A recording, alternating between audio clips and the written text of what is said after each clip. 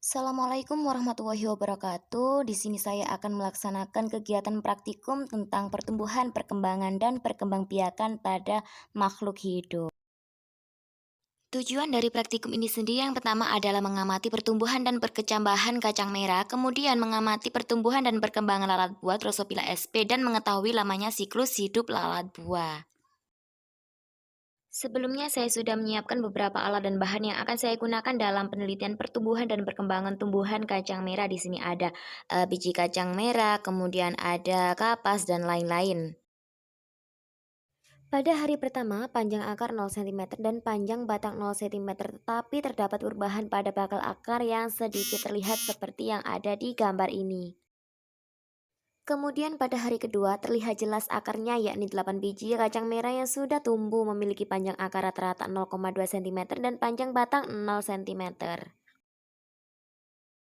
Kemudian pada hari ketiga terlihat batang 4 biji kacang merah yang sudah mulai sangat jelas panjang akar rata-rata 1 cm dan panjang batang rata-rata 1,3 cm.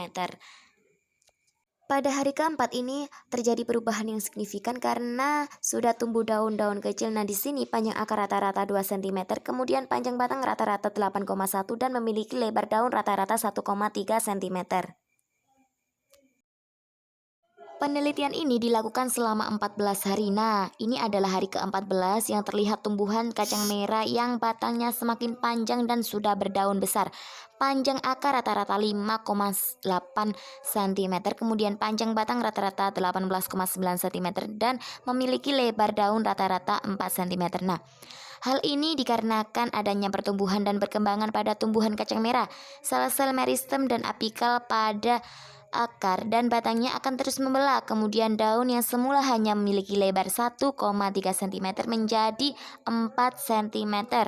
Seperti yang ada di hari ke-14 bisa dilihat sendiri. Kemudian pada pertumbuhan perkembangan dan perkembangbiakan hewan lalat buah Drosophila sp, di sini saya menggunakan umpan biji mangga. Nah, di sini biji mangga saya letakkan di dalam gelas. Kemudian kalau ada lalat yang masuk, saya tutup menggunakan plastik seperti yang ada di gambar ini. Nah, mungkin pada hari pertama sampai hari keempat itu tidak saya tampilkan gambarnya karena percuma nggak jelas di HP. Nah, saya terangkan saja, pada hari pertama itu tubuh berwarna kuning sedikit kecoklatan, pagi dan malamnya sama pukul 8 dan pukul 18. Kemudian hari kedua juga gitu, eee, pukul 8-nya terdapat bercak-bercak pada biji mangga, pukul 18-nya sama terdapat bercak-bercak pada biji mangga. Kemudian hari ketiga pukul 8 itu terdapat bercak-bercak pada biji mangga dengan sangat jelas, malamnya juga sama. Kemudian hari keempat, pukul 8 pagi terdapat bercak-bercak pada biji mangga dengan sangat jelas, malamnya juga sama seperti yang pagi tadi.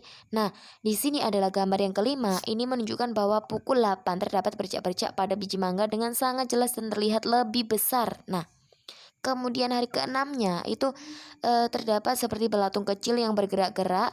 Nah, belatung kecil tadi itu lumayan banyak. Nah, kemudian hari ketujuh itu terdapat seperti pupa, tidak bergerak sama sekali, itu paginya. Kemudian malamnya pukul 18 itu sudah mulai terlihat indukan yang baru, warnanya cerah sedikit dan terlihat lebih kecil. Nah, nanti saya kasih gambarnya di akhir yang hari Nah, pada ke-8. hari ke-8 ini terlihat bahwa biji mangga sudah mulai membusuk. Nah, di sini pada hari ke-8 ini sudah terlihat indukan baru lebih banyak dan mulai terbang menyerupai induknya atau seperti lalat dewasa. Nah, dapat disimpulkan bahwa terdapat tahapan-tahapan pertumbuhan dan perkembangan yang terjadi, mulai dari lalat sampai menjadi lalat lagi. Nah, tahapan ini meliputi lalat, telur, larva, pupa, lalat muda, dan lalat dewasa atau imago, seperti yang ada di video ini bisa dilihat. Mungkin itu saja penjelasan dari saya ini.